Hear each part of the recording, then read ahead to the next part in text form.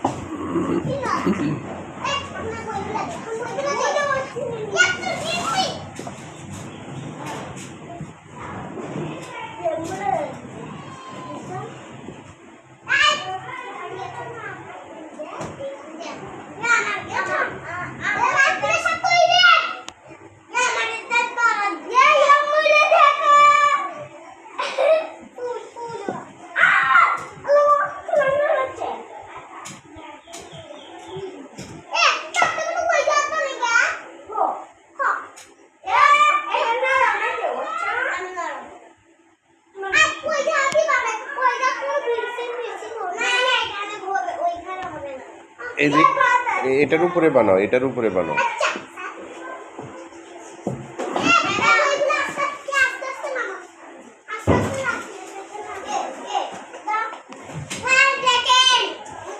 আচ্ছা ঠিক আছে, এটার উপরে বানাও, এই যে নিচে এইখানে।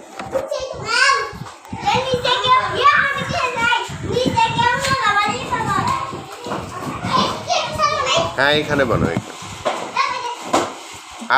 আরেকটু আমার কাছে আসো। হ্যাঁ বানাও বানাও বানাও। এমন না ওর উপরে স্যান্ডেল পরে উঠো না, স্যান্ডেল পরে উঠো না, স্যান্ডেল পরে কেউ উঠো না, ময়লা লাগবে গায়ে। বানাও, সবাই মিলে বানাও।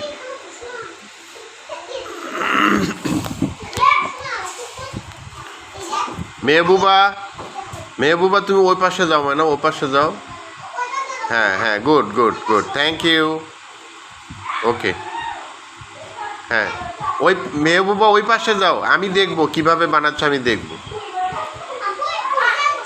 আমাকে একটু ফাঁকা দাও, আমি একটু দেখবো। না না না, ছবি তুলিচ্ছি না, আমি আমার কাজ করতেছি।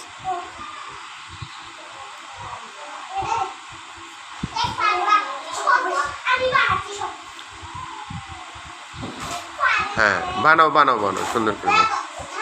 না কথা না, কথা না, কথা বলো না, তোমরা যে যার মতো করে খেলো, অসুবিধা নেই, খেলো।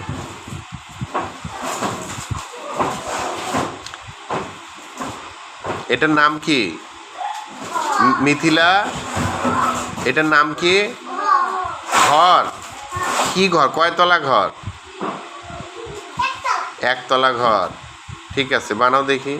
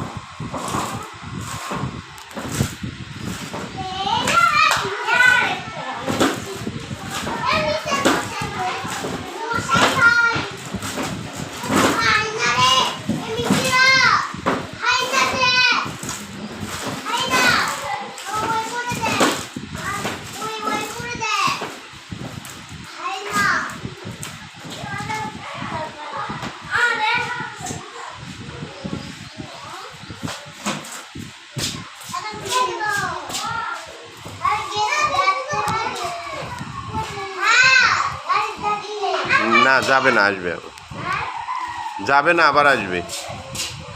হ্যাঁ শেষ হয়েছে বানানো, আর কি বানাবো?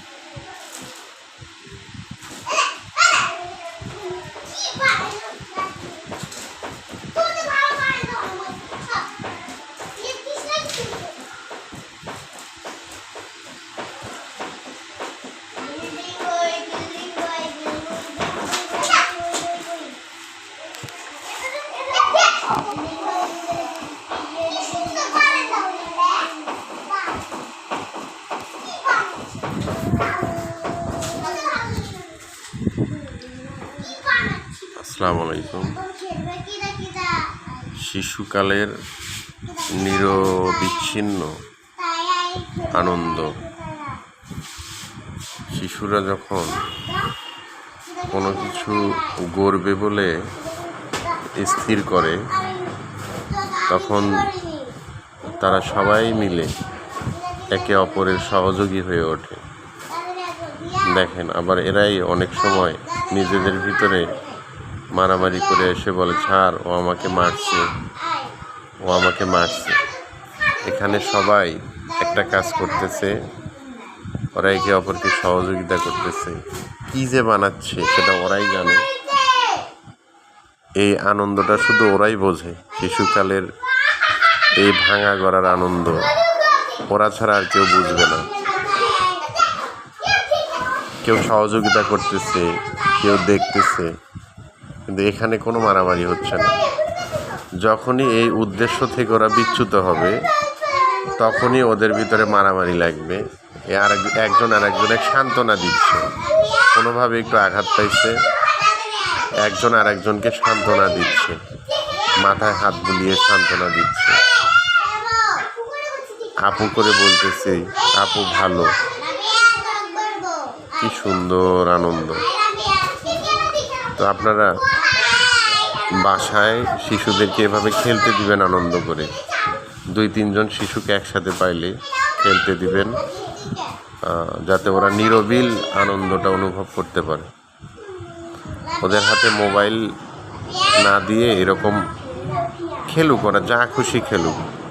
এভাবে ওদের সামাজিকভাবে একে অপরের সাথে মেশার প্রবণতা তৈরি হবে। ওরা একজন আর একজনকে বুঝতে পারবে। হ্যাঁ, মাঝে মাঝে একটু দুষ্টুমি করবে, কিন্তু ওরা এইভাবে খেললে যে আনন্দটা পায়, সে আনন্দটা আপনি টেলিভিশন কিংবা মোবাইল থেকে ওদেরকে দিতে পারবেন না। এভাবে ওরা একদিন সামাজিক হয়ে গড়ে উঠবে। আপনার শিশুকে যদি সামাজিকতা শেখাতে চান, তাহলে ওদেরকে ছোটবেলায় খেলতে দিন, তবে ওরা সুন্দর মানুষ হয়ে গড়ে উঠবে। ওদের ভিতরে সহযোগিতা নেতৃত্ব, একাগ্রতা এগুলো গড়ে উঠবে। এরে বানানো হয়েছে, ঘর বানানো হয়েছে, ঘরের ভিতরে কি থাকা যাবে এখন? দরজা বানাইছো? দেখি দরজাটা কেমন হয়েছে। কোন দিকে দরজা? ঘরের মেঝে কোনটা? মেঝে, ঘরের মেঝে আছে না? ও রুম করছো ভিতরে? দেখি কয়টা রুম আছে? দুইটা রুম আছে। দেখি ঘরের ভিতরে রুম কেমন। ও আচ্ছা আচ্ছা আচ্ছা, মাঝখানে একটা পার্টিশন আছে না? আচ্ছা, এগুলো সব বই দিয়ে ঘর? কি দিয়ে ঘর? কে কে তৈরি করছো? মিথিলা আর তুমি? মিথিলা কই?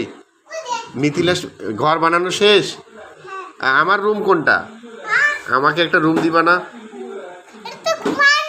ও আচ্ছা, এটা শুধু এমনি খেলনা ঘর। আচ্ছা ঠিক আছে, তো যারা যারা তৈরি করছো তাদেরকে অনেক অনেক ধন্যবাদ। ঠিক আছে। আচ্ছা, এই ঘরটা যদি কেউ ভেঙে ফেলে তাহলে কি কষ্ট পাবা? কষ্ট পাবা না? হ্যাঁ। আচ্ছা, শিশুরা আসলে মানে গড়তে ভয় পায় না, কিন্তু ওদের কেউ যদি এটা ভেঙে দেয় তাহলে ওদের মনটা খুব খারাপ হয়ে যায়, তারপরে আবার তৈরি করে। অর্থাৎ মন খারাপ হয়ে গেলে ওরা আবার তৈরি করার যে বাসনা সেটা ওদের ভিতর থেকে নষ্ট হয় না, ওরা আবার তৈরি করতে পারে। এই ঘরটা প্রায় 2-3 বার ভেঙে গেল, 2-3 বার ওরা তৈরি করলো, অবশেষে তারা সফল হয়েছে আর কি। মানে 2 রুম বিশিষ্ট একটা ঘর তৈরি করছে। তো দেখেন, খেলতে খেলতে একটা আইডিয়া ওদের ভিতরে চলে আসছে। এইভাবে শিশুদের আসলে আনন্দের ছলে ওরা নিজেও জানে না কি করছে, কিন্তু কোনো এক সময় দেখা যায় যে একটা আইডিয়া পূর্ণ হয়ে যায়। এইভাবে ওদের সুপ্ত প্রতিভা, ওদের গড়ার যে প্রতিভা যে কোনো কিছুর বিষয়ে ওদের ভিতরে একা একাই জন্ম নেয়। কোনো একটা বিমূর্ত ধারণা থেকে ওরা মূর্তের দিকে নিয়ে আসে, এবং পরবর্তীতে বোঝা যায় যে আসলে ওরা ছোট হইলেও ওদের যে ধারণা সেই ধারণাকে ওরা কোনো না কোনোভাবে পরিপূর্ণতার দিকে নিয়ে যেতে পারে। তা আমরা যদি ওদের সহযোগী হয়ে যাই, ওদের ধারণাগুলোকে আমরা যদি বাস্তবে রূপদান করতে সহযোগিতা করি, তাহলে ওদের জন্য বিষয়গুলো সহজ হয়ে ওঠে। আসলে শিশুরা তো খেলবেই, শিশুরা খেলাধুলার মাধ্যমেই শিখবে। ওদেরকে খেলতে না দিলে ওরা কষ্ট পাবে। হ্যাঁ হ্যাঁ, বারান্দাও হয়ে গেছে। জি দেখতেছি আমি, বারান্দাও হয়েছে একটা সুন্দর। কেউ দেখেন খেলতেছে, কেউ এখানে ঘর বানাচ্ছে, কেউ হয়তো বা বই থেকে খাতা কলম বের করে কিছু একটা লেখার চেষ্টা করবে। এইভাবেই ঘরের ভিতরে বক্স দিয়ে কি হবে? তাই শিশুদের অনাবিল এই আনন্দ থেকে আমরা কখনোই তাদেরকে বঞ্চিত করতে পারি না। ওদের মনের গভীরতা বুঝতে হলে ওদের ওই অনুভূতিটাকে সম্মান করতে হবে। যদি আমরা সেই সম্মানটা করতে পারি, তাহলে আপনি হয়ে উঠবেন ওদের মধ্যে প্রিয় একজন মানুষ। একদিন ওরা এভাবেই ওদের বড় বড় আইডিয়াগুলোকে বাস্তবে রূপদান করবে, যদি সেই সুযোগটা দেশ এবং জাতি ওদেরকে দিতে পারে। আসলে একটা শিশু মানে একটি অপার সম্ভাবনা। এরাই একদিন দেশের হাল ধরবে।